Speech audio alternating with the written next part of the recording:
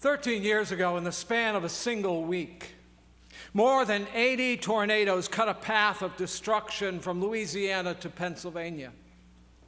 In community after community, in the words of one survivor, Susan Henry, she said, "Yesterday we had a nice brick house and 4 vehicles. Today, we don't own a toothbrush." Henry's 17-year-old daughter, Tabitha, described their traumatic ordeal by saying, "It was just deafening. It was so loud. You could hear the wood pop in the house, and that was it. Then all you could hear was the screaming and the praying." It was a horrific experience of loss and devastation that has been echoed time and again in this land and beyond by countless folk who have seen their lives, their homes, their livelihoods destroyed by the ravages of war, the violence that comes through oppression, or, yes, the destruction of a tornado. And the feelings that come with such incredible loss clearly resonate with the emotions of Job as he reflected upon the desolation of his life. You know the story of Job, don't you? Well, Paula gave you a hint. Job was a man who did everything right and was repaid with suffering every kind of wrong. The Bible tells us that he was blameless and upright. He feared God and turned away from evil. Job was, according to Scripture, the greatest of all the people of the East. He had a loving wife, 10 children, 7,000 sheep, 3,000 camels, 500 pairs of oxen, 500 donkeys, and enough servants to look after the entire zoo. And in the blink of an eye, through no fault of his own, it was all gone. Job lost everything in a way that was every bit as overwhelming as an F5 tornado, and yet Job, being a person of deep faith, in a formal display of grief, simply tore his robe, shaved his head, and lay face down in the dirt, mumbling, "The Lord gave, and the Lord has taken away. Blessed be the name of the Lord." But sadly for Job, the agony wasn't over. If losing most of his family, his home, and all of his stuff wasn't enough, Job was suddenly struck with sores from the soles of his feet to the top of his head. His helpful wife, in a merciful moment, told him to curse God and die. But Job wouldn't do that. He just picked up a piece of broken pottery to scratch himself while he sat speechless on his dung heap.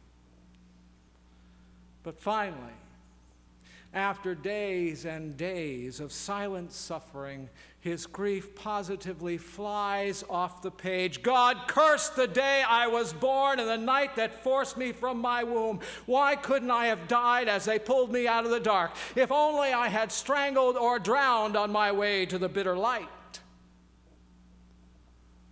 And Job didn't stop there, for he goes on to plead his case until he finally realizes that he has nothing left to lose.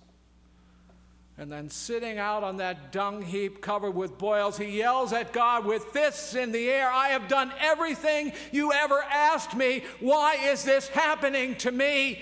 Answer me." Do those words sound even a little bit familiar? Why is this happening to me, God?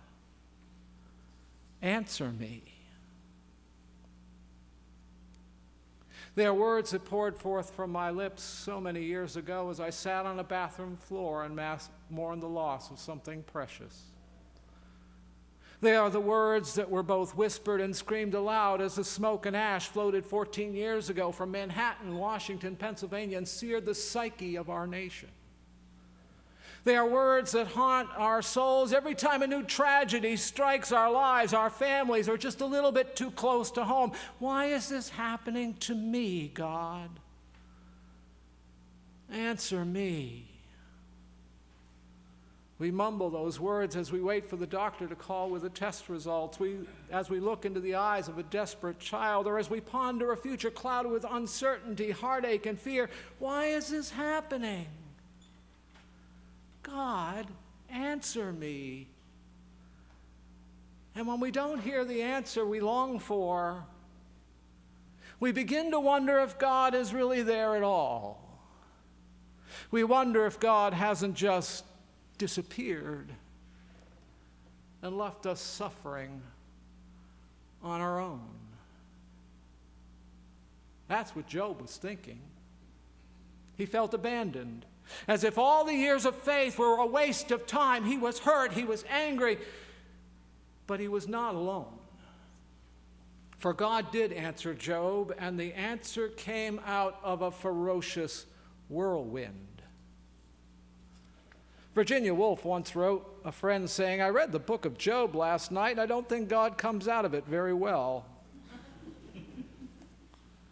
To be honest, after all of the suffering that Job had been through, he must have hoped, he must have longed for a gentle, compassionate word from God. But that is not what Job got. God's answer, which begins in the 38th chapter and comes out of the whirlwind, has been described as making the Creator sound like an arrogant bully who reaches down a thumb and squashes Job like a bug. "Who is this?" God bellows. "Whose ignorant words smear my design with darkness? Stand up now like a man. I'll ask the questions. Where were you when I planned the earth? Tell me if you are so wise. Do you know the dimensions? What were its pillars built on? Who laid down the cornerstone? While the morning stars burst out singing and the angels shouted for joy." God's response goes on for 4 chapters.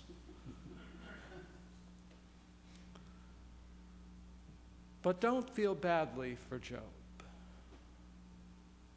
Because even though God's words sound harsh to my ears and perhaps to yours, Job seems anything but crushed when it's all over. "I have spoken of the unspeakable and tried to grasp the infinite," he says at the end. "I had heard of you with my ears, but now my eyes have seen you. Therefore I will be quiet, comforted that I am dust." Why quiet? Why comforted that he is dust? Well, because Job saw God face to face and lived to tell the tale. And he was in awe of the Creator's presence. If there is an answer to the problem of unjustified suffering in Job and in our own lives, then it is this: that for most of us, the worst thing that can happen is not to suffer without reason, but to suffer without God and without any hope of consolation or rebirth. All the other pains pale next to the pain of being alone and being without God. Job took comfort in the fact and wants us to know that God does not abandon us. When there is nothing left, when all the flocks have been stolen and all the children have been buried, when there is nothing left but a piece of broken pottery to scratch our sores, what is left is the God of all creation, who laid the foundation of the earth and who has walked the recesses of the deep, who has made Behemoth and Leviathan and everything that runs and swims and breathes upon this earth.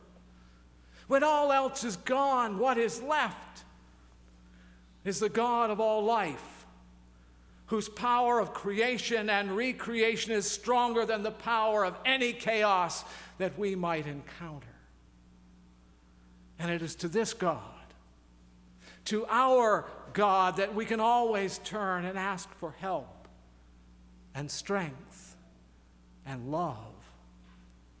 When all else is gone, there will be and there will always be God who comes to us with strength, with love, even out of the whirlwind. Amen.